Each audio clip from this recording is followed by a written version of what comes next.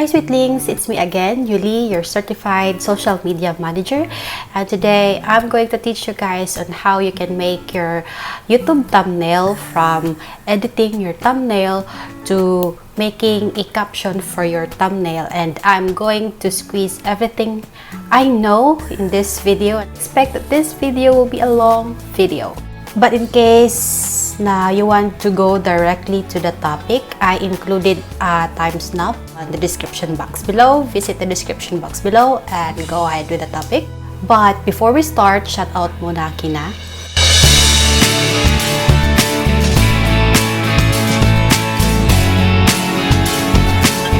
Before we go to the topic, I want to share important information to you guys. Gusto kong maintindihan ninyo na si YouTube ay pangalawa sa pinakamalaking search engine sa internet.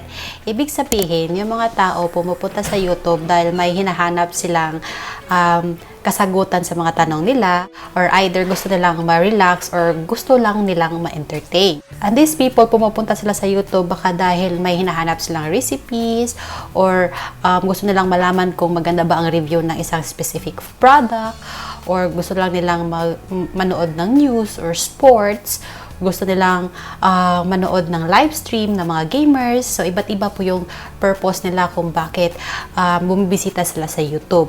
So, by saying this, it is important na if you're a small YouTuber, you need to have your own niche for your YouTube channel. Now, if wala pa kayong niche para sa YouTube channel mo or hindi nyo alam kung paano maghanap ng niche na perfect for you, I have one video. Sinishare ko doon kung ano yung best way para mag-decide kung ano yung best niche for your YouTube channel. If you want to watch, just click the iCard.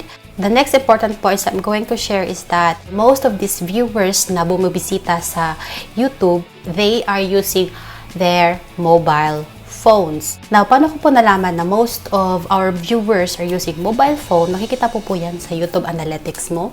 Pumunta ka po sa YouTube Analytics mo at sa right upper corner, may makita kang advanced mode and click mo po yung device type and makikita mo yung ano yung mga ginamit na device ng mga viewers mo. Last important points is if you want to grow organically dito sa YouTube, you need to study the traffic sources. Makikita nyo po yan sa YouTube Analytics nyo din. Itong mga traffic sources na to ay sina YouTube Search, Browse Features, Channel Pages, and Suggested Videos. Si YouTube Search ay makikita nyo po yan sa pinaka-upper part ng YouTube channel mo na may makikita kang search. And then, si Suggested Videos ay yung, pag may pinapanood kang video, may makikita kang parang suggested videos sa gilid. Yun po yung mga suggested videos.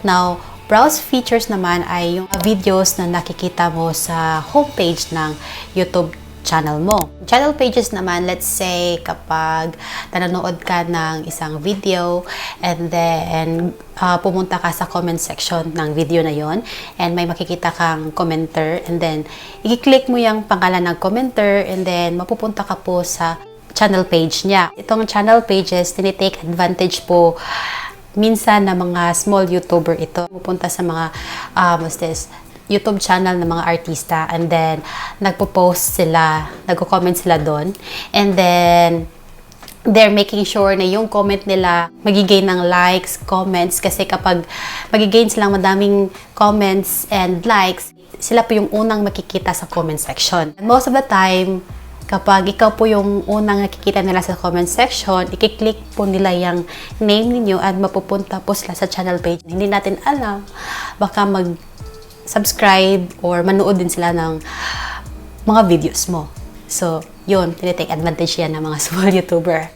I want you to know all of these things para malaman nyo kung gaano ka-powerful yung thumbnail ng YouTube videos ninyo. Now, with the thumbnail, may ginawa po akong parang test dito. Una is, nag-take ako ng photo before filming a video. Yung pangalawang paraan is, may part ako ng video ko na screenshot ko, tapos yun po yung ginawa kong thumbnail. I compared the analytics of those videos na may screenshot na thumbnail ko and the videos na kumuha talaga ako ng photo bago ako nag-film ng video. Kung i-compare ko po yung dalawa, may mga points lang yung what's this, ng result. I prefer you guys do the same way. I-test nyo kung ano yung best na nag-work for your YouTube channel. Please do not forget to give this video a thumbs up, subscribe to my channel, and click that notification bell para kapag may bagong video ako, ikaw yung unang makakita. Before you take a photo of your thumbnail, you need to look presentable. Yung thumbnail mo, professional looking siya. Always make sure din na landscape and yung size is 1280 by 720. Always make sure na clean yung lenses ninyo, naka-set up na yung mga settings, ganon. Pwede nyong i-incorporate yung anong mga knowledge nyo about photography. Yung caption for your channel, para ka lang pong, let's say, for example, nagbabalita sa newspaper. And yung thumbnail mo, front page ng newspaper. So, yung thumbnail nyo yung highlight or unang makikita bago nila panoorin yung video nyo. If mahilig ka pong magbasa ng newspaper, front page ng newspaper, mapapansin mo sa title, na bold yung title, and then yung color ng title, and then the font ng title. So, the same po siya sa paggawa ng thumbnail ninyo.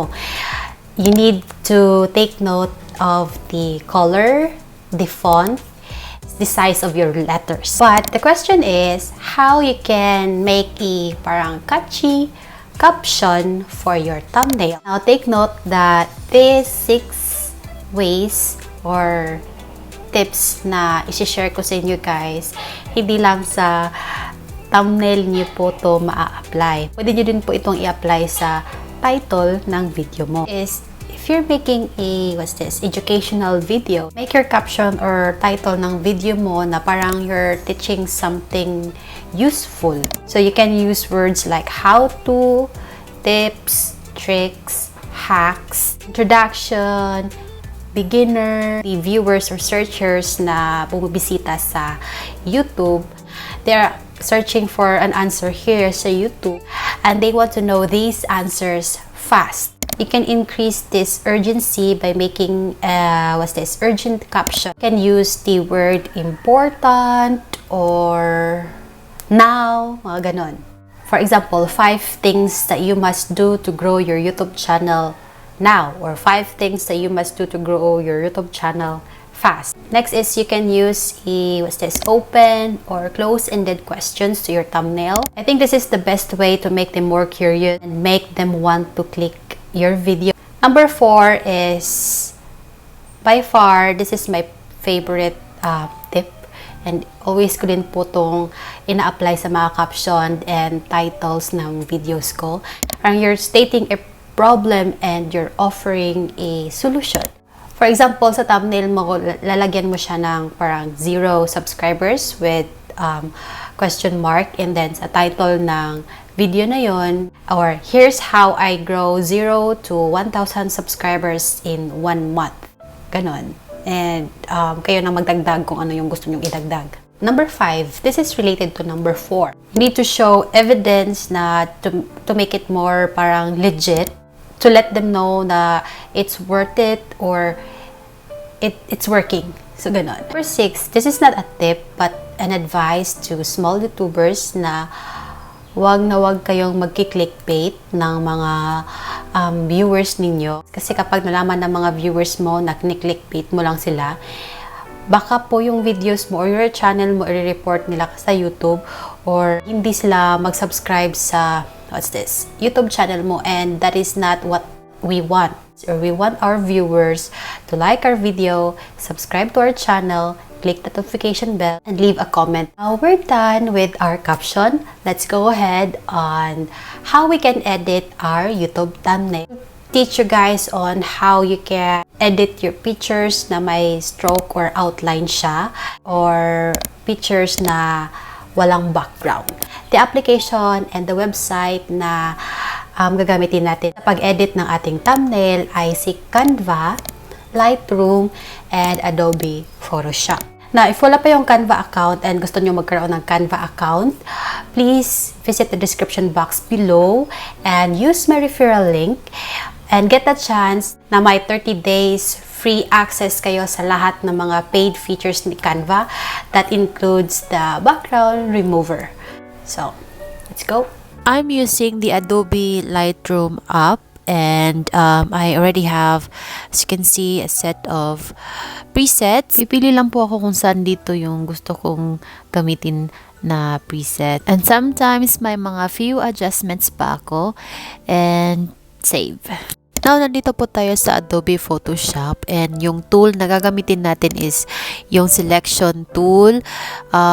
May background remover din po siya. I-click mo lang tong parang eraser, and yung pen tool para mag-trace ng mga lines ng ating photo. First is we need to erase the background. We can use the eraser, but the selection tool is way more faster than the eraser tool. Just take note na sa may taskbar may makikita kang plus and minus. Yung plus is yung part na gusto mong iselect, and yung minus is yung part na ayaw mong iselect. Now let's start. Click and drag mo lang siya. Just make sure na plus sign yung naka-highlight. Kung background eraser po yung gagamitin mo, ang dami mo pong gagawin. Mag-add ka pa ng layer, tapos tatansyahin mo pa yung settings, ganun. Sa quick selection tool, click and drag mo lang, and then natitrace na yung pictures natin. Ipa-fast forward natin yung part na to kasi gusto kong makita ninyo kung paano mag-subtract ng part na ayaw yung ma-include sa ating pictures. Now, make sure na naka-highlight yung minus, then iti-trace na natin yung mga tricky parts like this hair. I-repeat nyo lang yung process until makuha nyo na yung gusto.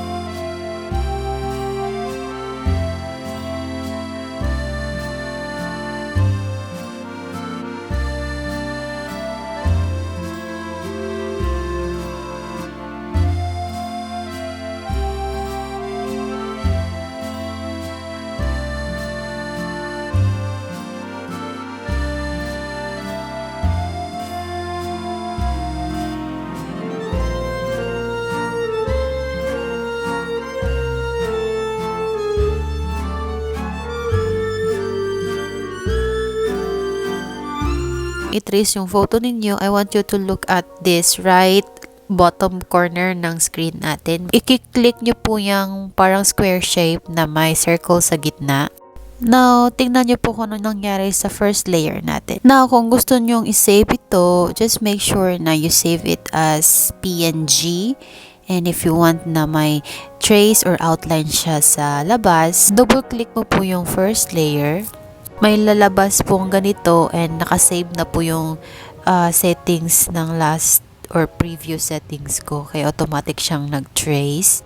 Make sure na you selected the stroke, and then you can change the size, the opacity of your stroke, the color, and you can play around with this stroke. And then if you're done, save mo lang siya as PNG or PNG file.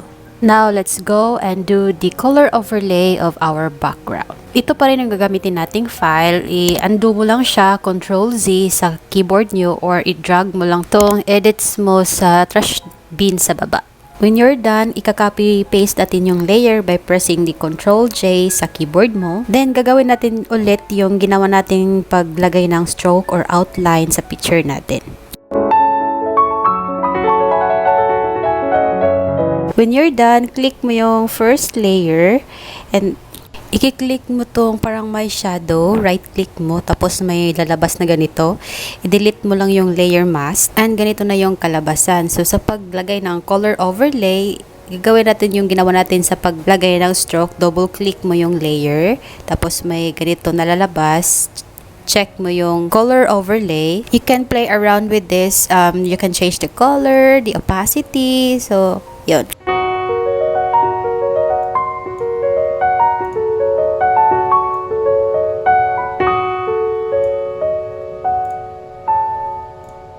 Just make sure na you save your data using a PNG file, PNG or PNG file.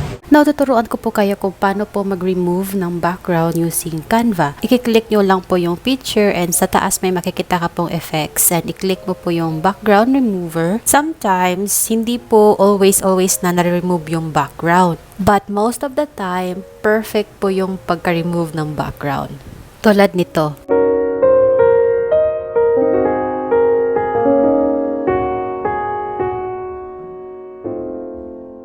Now this is our finished thumbnail, and I'm going to show you guys the step-by-step process on how you can edit your thumbnail using Canva. Now you go to Canva homepage and mag-search ka ng YouTube thumbnail. May makikita kang madaming YouTube templates.